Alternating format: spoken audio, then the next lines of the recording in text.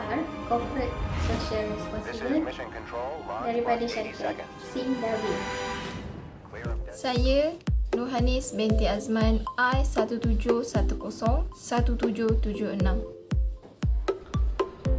Nama saya Muhammad Aziz bin Muhammad Akhi, nombor metrik I1710255. Nama saya Muhammad Syamil bin Muhammad, nombor metrik I16301682. Saya Nurul Akilah Syikin binti Hafizan, nombor metrik I171013838.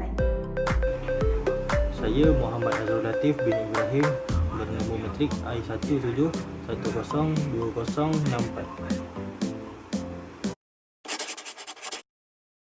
Seterusnya adalah 2.0 iaitu Organisation Chart of SEMDB. Di dalam Organisation Chart of SEMDB terbahagi kepada dua, iaitu yang pertama ialah Board of Director dan yang kedua adalah Executive Leadership. Di dalam Board of Director terdapat seorang chairman iaitu pengerusi yang mentadbir SEMDB dan dibantu oleh 4 orang jawatan iaitu Non-Independent Non-Executive Director, Independent Non-Executive Director, Senior Independent Non-Executive Director dan yang terakhir adalah Chief Executive Officer. Manakala untuk Executive Leadership terdapat 12 jawatan yang dipegang untuk membantu dalam mentadbir SEMDB, iaitu salah satunya adalah Group Chief Executive, Group Chief Financial, Group Chief Strategy Officer, Group Chief Human Resources, Group Chief Safety and Sustainability, and the last one ialah Group Chief Information and Digital Officer. Namun, terdapat jawatan lain selain yang saya sebutkan tadi. SIM Darwin Berhad telah menubuhkan satu yayasan pada tahun 1982 yang diberi nama Yayasan SIM Darwin. Yayasan ini telah membantu komuniti di Malaysia selama 30 tahun. Mereka membantu melalui 5 pendekatan. Yang pertama, pendidikan. Yang kedua, alam sekitar. Yang ketiga, masyarakat dan kesihatan. Yang keempat, golongan belia dan sukan. Dan yang kelima, seni dan budaya. Boleh dikatakan, misi yayasan ini selari dengan misi syarikat, iaitu laksanakan tadbir urus korporat yang baik dan tinggi nilai etikanya. CSR yang pertama, pendidikan. CSR ini bertujuan untuk memberikan kepakaran dan bantuan di semua peringkat pendidikan untuk mendorong dan memajukan orang yang kurang berkemampuan dan percaya mereka berpotensi untuk berjaya. Bantuan ini tidak hanya tertumpu kepada masyarakat di luar bandar, ia juga terbuka kepada masyarakat di bandar juga. Bermula pada tahun 1982 sehingga kini, sebanyak RM313,000 Malaysia telah dibelanjakan dalam pembangunan pendidikan ini. Seramai 2,581 pelajar telah ditawarkan beasiswa yang mempunyai 21 program beasiswa, di antaranya melanjutkan pelajaran di luar negara seperti China, Indonesia dan United Kingdom, dan juga menawarkan beasiswa kepada pelajar yang ingin melanjutkan pelajaran di dalam Malaysia juga. Seterusnya adalah environment, iaitu persekitaran.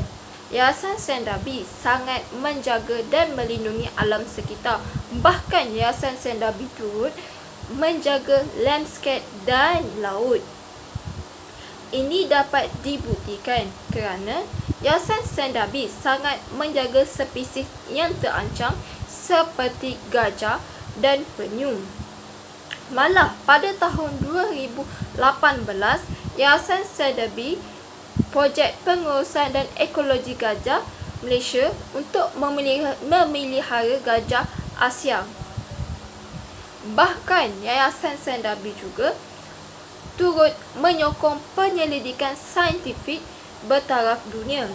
Dan juga pada masa yang sama, Yayasan SEMDB turut mengembangkan penyelidikan tempatan yang sangat kompeten. Bukan itu sahaja, Yayasan Saint Darby juga turut menerapkan amalan hijau dan lestari dalam gaya hidup masyarakat. Sejak tahun 2009 sehingga 2020, sejumlah 153 juta telah diperuntukkan untuk 22 projek yang sedang dijalankan dalam penguasaan alam sekitar yang telah disokong oleh 18 organisasi. Ini dapat dibuktikan melalui program Turtle Excluder Device (TED). Oleh itu, kita dapat beri kesimpulan yang Yayasan Saint Darby sangat menjaga alam sekitar, tidak kira hutan mahupun laut. Oleh itu, Yayasan Saint Darby menyokong keamanan dan keadilan, juga menjadi salah satu institusi yang kuat yang penuh dengan penguasaan alam sekitar. Okey, seterusnya ialah komuniti dan hub, iaitu masyarakat dan kesihatan. Okey, Yayasan Saint Darby menyokong program berasaskan komuniti dan langkah-langkah kelestarian yang bertujuan untuk meningkatkan kesejahteraan dan mengurangkan jurang sosial ekonomi. Selain itu, ianya adalah untuk melindungi hak dan meningkatkan kualiti hidup penduduk yang kurang bernasib baik. Sejak tahun 2009, Yayasan Saint Darby telah memperuntukkan sebanyak RM146 juta untuk 30 projek yang dijalankan dan dibantu oleh 24 organisasi lain. Di samping itu juga, sejak daripada tahun 2014, sebanyak 25,433 bilangan kanak-kanak dibantu di bawah program Back to School, iaitu program kembali ke sekolah di bawah Yayasan Saint Darby. Yayasan Saint Darby juga menyokong masyarakat dan kesihatan dengan membantu pesakit penyakit jantung yang kurang berkemampuan di dalam Malaysian AIDS Foundation (MAF). Okey, seterusnya ialah pada 8 Mac 2019, Yayasan Saint Darby telah menganjurkan Hari Wanita Antarabangsa yang atau dikenali sebagai Yayasan Saint Darby International Women Day. Program ini bertujuan untuk meningkatkan kesedaran dan mendidik orang ramai di mana wanita hendaklah diberikan hak serta peluang sama rata, sama ada dalam bidang pendidikan, kerjaya dan lain-lain lagi. Terusnya ada CSR yang keempat, iaitu belia dan sukan. Okay, syarikat Yayasan Saint Darby menyokong inisiatif dan mempromosikan gaya hidup sihat dan perpaduan di kalangan anak muda. Sehingga tahun 2019, terdapat 8 buah projek yang melibatkan sukan yang bertujuan untuk memberi kesedaran kepada atlet betapa pentingnya bidang sukan yang mereka ceburi. Okay, terdapat 3 buah sukan yang berada di bawah Yayasan Saint Darby, iaitu track berbasikal, bola sepak dan kriket. Track berbasikal merupakan sukan yang paling berjaya di bawah Yayasan Saint Darby. Okay, antara atlet yang terlibat dalam sukan ini adalah seperti Azizul Hasniawang, Anis Amira Rasidi dan Fatia Mustafa. Okay, projek seterusnya adalah pembangunan bola sepak yang dilakukan di Sarawak melalui program pembangunan bola sepak Midnight yang dibawakan oleh GPFM, iaitu Global Peace Festival Malaysia Berhad, yang bertujuan untuk menaikkan nama Saint Darby di mata masyarakat. Projek ini mampu menarik lebih daripada 200 pemegang saham untuk mengambil bahagian dalam projek ini. Okay, akhir sekali adalah kerjasama antarabangsa UKM dan Yayasan Saint Darby Berhad, iaitu UKM YSD Cricket Oval. Yayasan Saint Darby sebagai penyumbang peralatan sukan dan kemudahan dalam sukan ini. Kejayaan Saint Darby ialah menyediakan kemudahan terbaik di dalam negara, iaitu gelanggang sukan kriket yang mampu untuk menampung lebih daripada 300 orang dalam masa yang sama. Okey, sekian, terima kasih. Aspek terakhir adalah aspek seni dan budaya.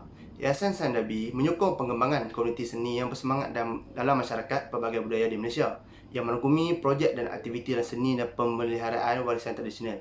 YSD menaja inisiatif yang mendorong pengembangan seni dan budaya dan memperluas permintaan untuk seni sambil menyediakan industri dengan peluang pendidikan untuk meningkatkan pengetahuan dan kemahiran yang menyumbang kepada kekayaan warisan budaya yang unik di Malaysia.